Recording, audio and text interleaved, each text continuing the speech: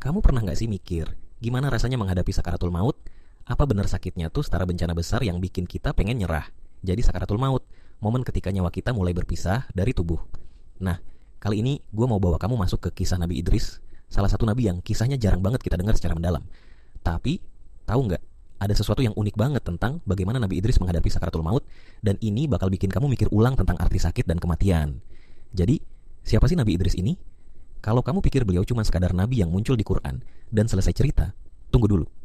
Jangan salah, beliau termasuk nabi yang paling awal datang, bahkan sebagian ulama menyebutnya sebagai nabi kedua setelah Nabi Adam.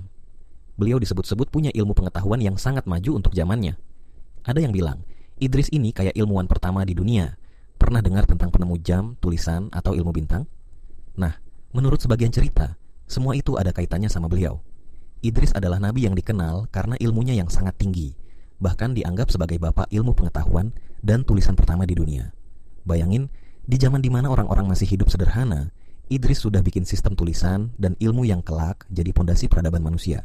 Keren, kan? Di zaman itu, ilmu tulis menulis belum umum. Tapi Nabi Idris justru dikenal sebagai orang pertama yang memperkenalkan menulis.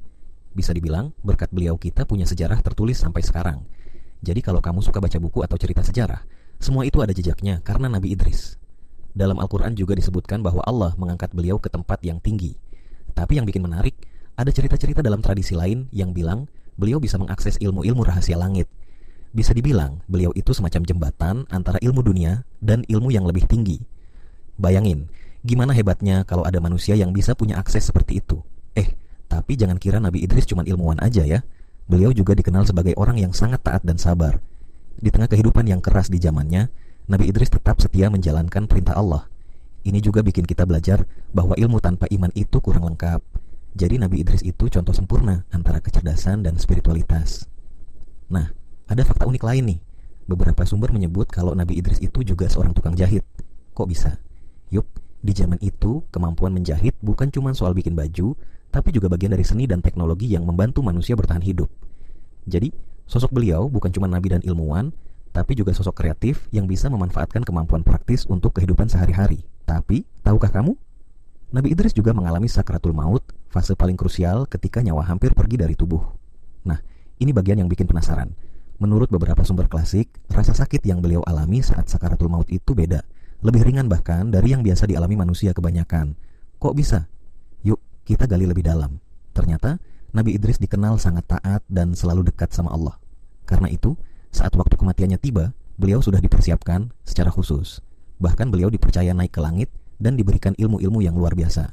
Jadi, rasa sakit sakaratul maut bagi beliau bukan sekadar fisik, tapi juga pelajaran rohani. Sebuah perjalanan menuju kedamaian, bukan penderitaan semata.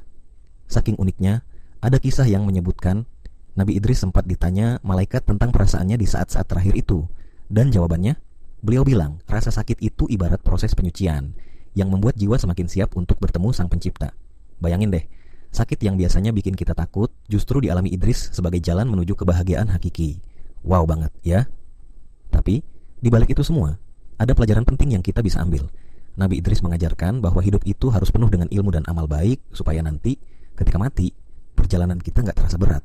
Jadi bukan cuma soal takut sakit, tapi bagaimana mempersiapkan diri secara batin dan ilmu supaya siap menghadapi perpisahan terbesar ini. Jadi, sekarang kamu udah tahu kan bahwa cerita Nabi Idris bukan cuma tentang kehebatan ilmunya, tapi juga tentang bagaimana beliau menghadapi kematian dengan penuh ketenangan. Dan rasa sakit sakratul maut itu sebenarnya bisa dipengaruhi oleh kesiapan hati dan amal kita selama hidup.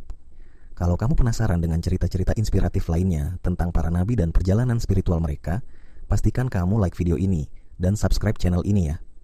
Karena di sini, kita bakal kupas tuntas kisah-kisah yang bikin hati kita tambah semangat dan lebih dekat sama Sang Pencipta.